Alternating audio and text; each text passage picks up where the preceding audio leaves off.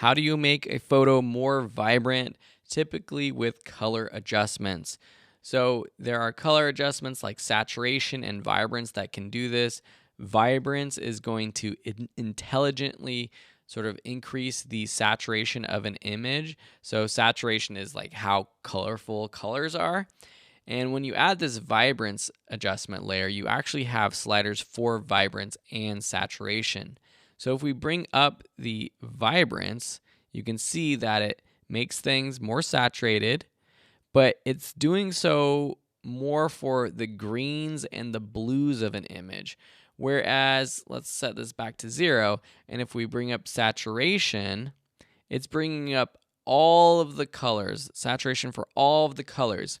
Now, for a landscape photo like this, bringing up saturation is a good option because we might want to bring up all of the colors, or maybe black and white's cool too.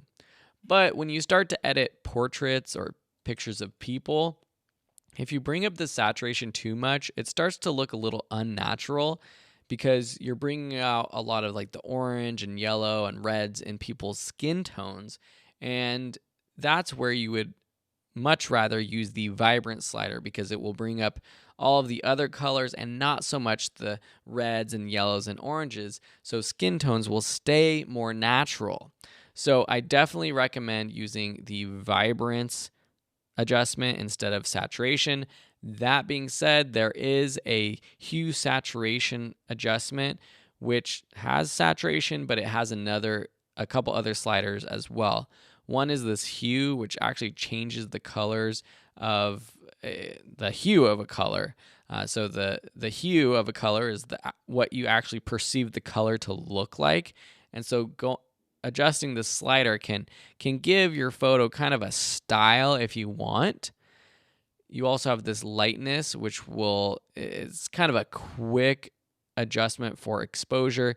It's not one I would recommend, but one maybe more for a stylistic approach rather than actually affecting the exposure. If you want it to look a little bit faded, you can use this lightness slider. So this hue saturation adjustment is better for giving more of a style to your photo.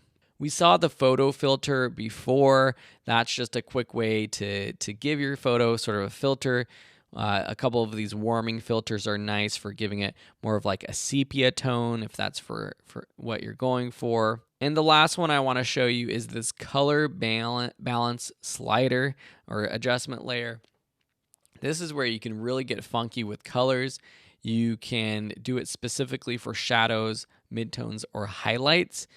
So say we want to just play with the highlights, which are going to be mostly the mountains in the background. We can adjust the cyan to red slider, the magenta to green slider, and the yellow to blue slider. So say we want this to be a little bit more blue, magenta. You can really come up with more of a stylistic look using this color balance adjustment. So obviously this doesn't look natural, but it's just another way of making your photos pop and getting creative with your colors.